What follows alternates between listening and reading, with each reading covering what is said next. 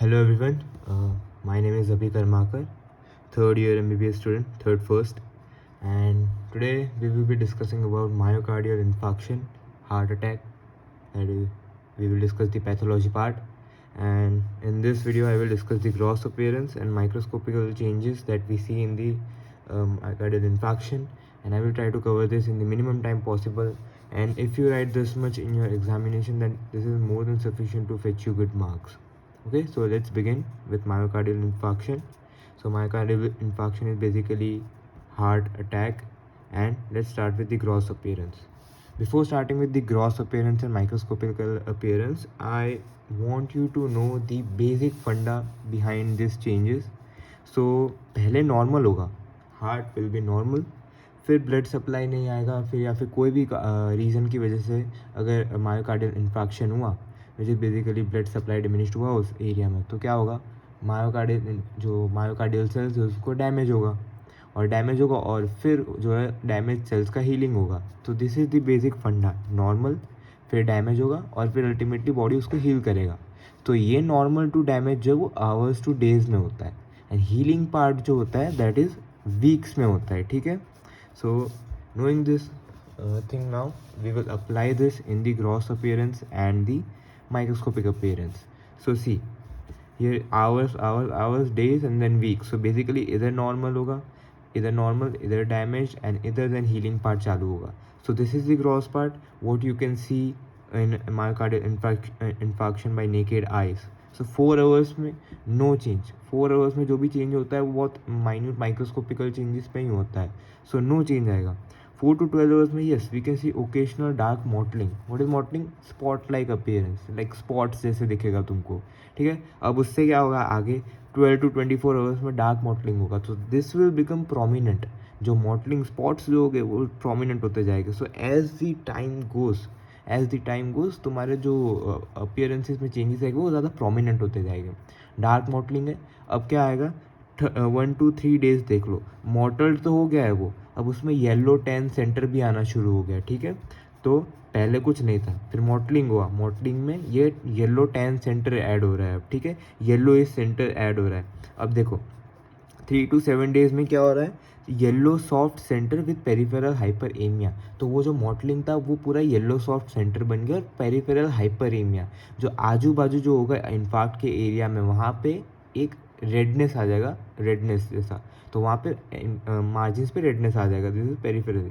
And 2 to 8 weeks मतलब time is pass, weeks हो गए, बॉडी ही ने हीलिंग प्रोसेस शुरू कर दिया, इसलिए ग्रे वाइट स्कार हो जाएगा, विच इज़ फाइब्रोसिस की वजह से होता है. ठीक है, तो क्या होता है, पहले कोई चेंज नहीं है, फिर धीरे धीरे मॉटलिंग होता है जो कि बहुत प्रोमिनेंट होते जाता है, फिर येलोइश पार्ट्स जो होते हैं वो आते हैं, येलोइश टेन सेंटर, और फिर जाके फाइब्रस कार बन जाता है. So this is basically the funda behind the gross appearance.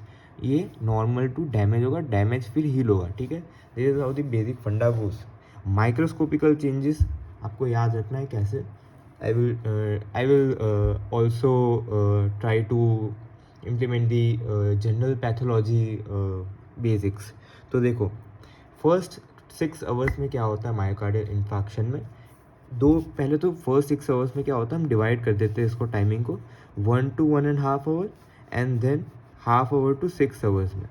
तो पहले जो चेंजेस होते हैं माइक्रोस्कोपिकल लेवल में दैट आर रिवर्सिबल चेंजेस. अगर इसमें पहले हाफ आवर में चेंजेस रिवर्स हो गए, so there are very good chances of recovery.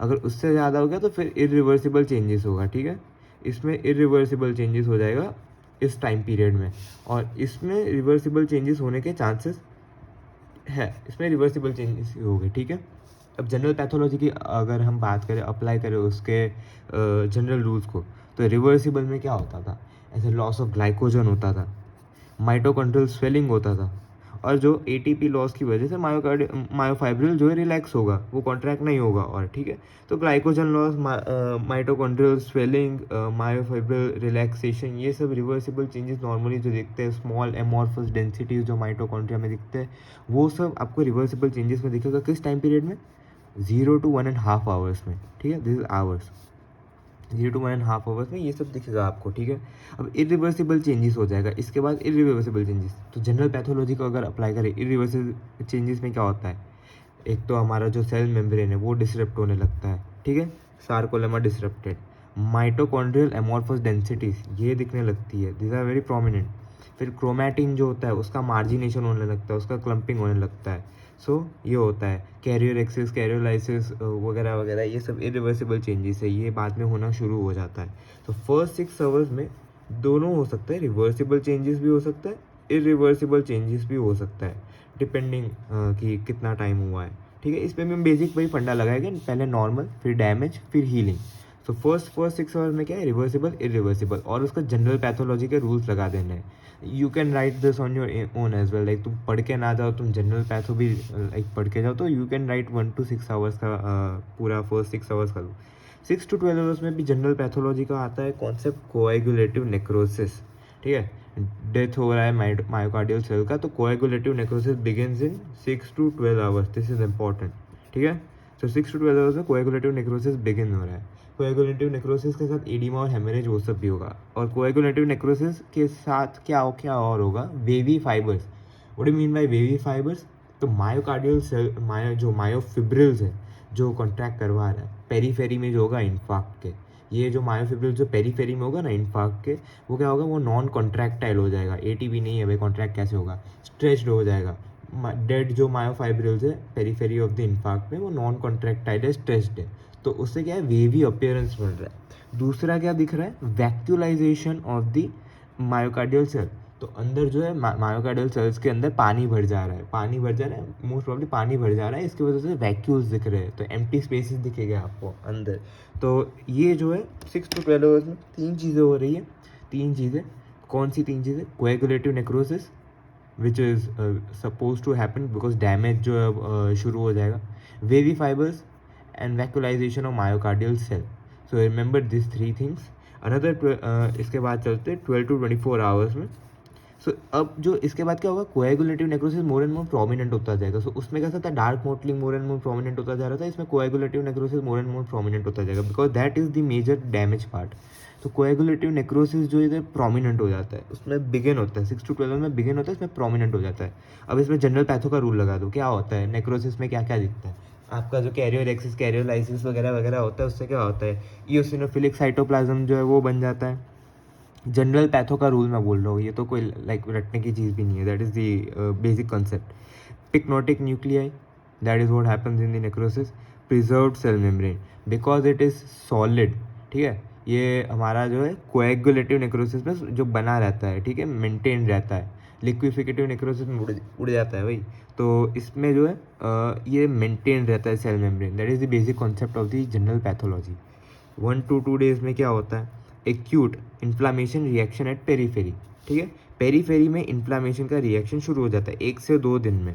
और क्या होता है, ये जो कोएगुलेटिव नेक्रोसिस और बढ़ता जाता है, कोएगुलेटिव नेक्रोसिस और बढ़ता जाता है, और उससे क्या होता है कि हमारा जो न्यूक्लिया है वो डिसअपियर हो जाता है। इसमें पिक्नोटिक न्यूक्लिया था, इसको तो डिसअपियर होना ही था, ठीक है, इसको न्यूक्लिया, तो आगे आगे आपको लाइक जनरल लॉजिक लगाते जाना है कि क्या क्या होता जाता है।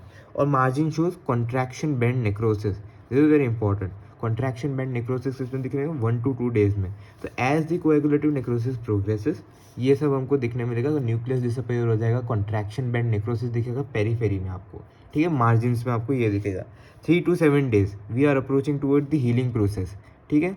अब क्या होगा, ये जो यहाँ पे जो पॉलीमॉर्फो न्यूक्लियर जो ल्यूकोसाइट्स हो गए, दैट इज न्यूट्रोफिल्स, कोई भी इन्फ्लामेशन होता है, जनरल जो पैथोलॉजी का रूल है यहाँ पे, लाइक इन्फ्लामेशन होगा तो न्यूट्रोफिल्स तो आएगा ही, ठीक है, that is the polymorphonuclear leukocytes, वो उसको रिप्लेस कर देगा मैक्रोफेज। मैक्रोफेज जो है वो रिप्लेस कर देगा ये न्यूट्रोफिल्स को एक्यूट इन्फ्लामेशन में जो होता है। और क्या होता है, मैक्रोफेज का काम क्या होता है, फैगोसाइटोस करना होता है उसका काम।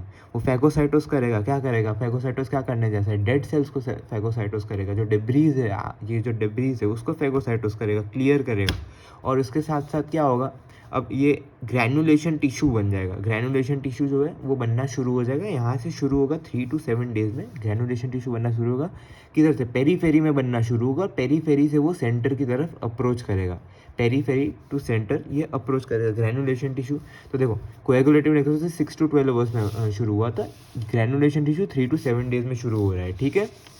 फिर क्या याद रखना है आपको, 1 to 2 weeks, so we are approaching weeks आ गया. मैंने आपको बोला था कि लाइक नॉर्मल डैमेज जो आवर्स टू डेज में होता है, हीलिंग वीक्स में होता है.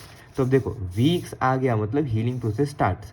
मार्जिन टू सेंटर, देखो इम्पैक्ट एरिया हमेशा इधर से शुरू होगा हीलिंग और फिर सेंटर की तरफ जाएगा हीलिंग.